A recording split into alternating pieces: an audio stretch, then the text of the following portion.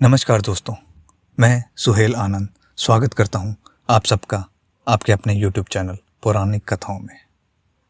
मेरे साथ इस चैनल पे बने रहने के लिए बहुत बहुत धन्यवाद। आशा करता हूं कि श्री कृष्ण से जुड़ी हर एक लीला आपके समक्ष ज़रूर पहुंच रही होगी। और अगर आप इस चैनल पे नए हैं तो चैनल को सब्सक्राइब करें और बेल आइकन ज़रूर दबाएं ताकि आपको मेरी डाली हुई हर एक कहानी सबसे पहले मिले। धन्यवाद। आज हम बात करने जा रहे हैं किस तरह उत्सव में आए गजराज चढ़े कृष्ण के हाथों सूली। कंस मथुरा का राजा था जिसे कृष्ण द्वारा मारे जाने का तय था। तब से कंस का एकमात्र उद्देश्य था कि किसी तरह वो कृष्ण की हत्या करवा दे। ऐसा करने के लिए उसने कई तरह के हथकंडे अपनाए, कई राक्षसों को भेजा, बट सब के सब विफल रहे। एक बार की बात है, कृष्ण और बलराम ने अपनी सामान्य सुबह की दिनचर्या के बाद कुश्ती के मैदान में केतली के नगाड़े की धड़कन सुनी। उत्सव के लिए पूरा मथुरा शहर सज रहा था। उत्सव को देखने के लिए आसपास के निवासी इकट्ठे हुए थे, जिसे वास्तव में फूलों और मालाओं से सजाया गया था। कोई भी अनुमान नहीं लगा सकता था कि मासूम दिखने वाला ये दिखावा वास्तव में कृष्ण और बलराम को मारने की साजिश थी। अखाड़े में प्रवेश द्वार पर भाइयों ने देखा कि एक हाथी उनके देखभाल करने वाले से आग्रह पर उनका रास्ता रोक रहा था। कृष्ण ने तुरंत कार्यवाहक के उद्देश्य को भांप लिया और किसी भी संदिग्ध चीज के लिए खुद को तैयार कर लिया। कृष्ण ने देखभाल करने वाले से गंभीर स्वर में सवाल किया कि ये जानवर उत्सव में मैदान का रास्ता क्यों रोक कर खड़ा है।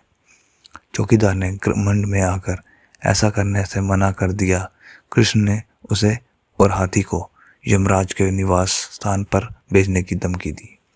इस प्रकार कृष्ण द्वारा अपमानित किए जाने पर कार्यवाहक ने हाथी को बलराम और कृष्ण पर हमला करने के लिए प्रेरित किया।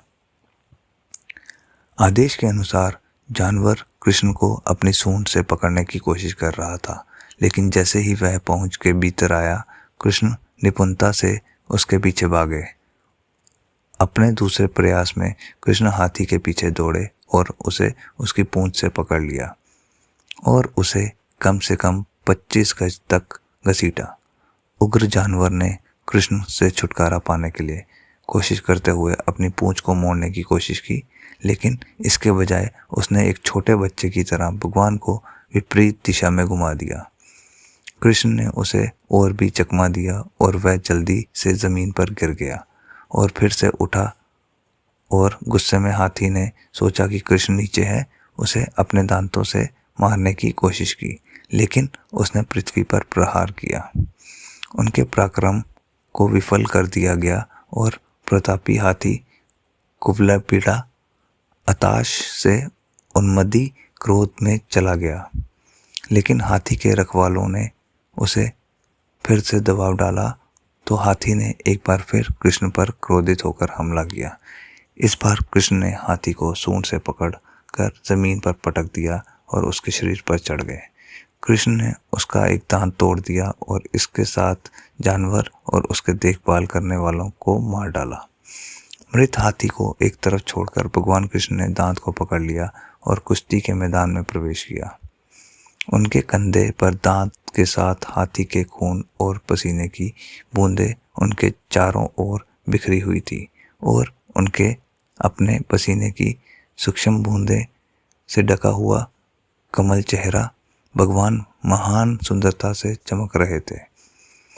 बलराम ने दूसरा दांत लिया और अपने अन्य चरवाहों मित्रों के साथ अखाड़े में प्रवेश कर गए। तो दोस्तों, इस तरह से हुई गजराज की मृत्यु। हमारे साथ बने रहने के लिए धन्यवाद।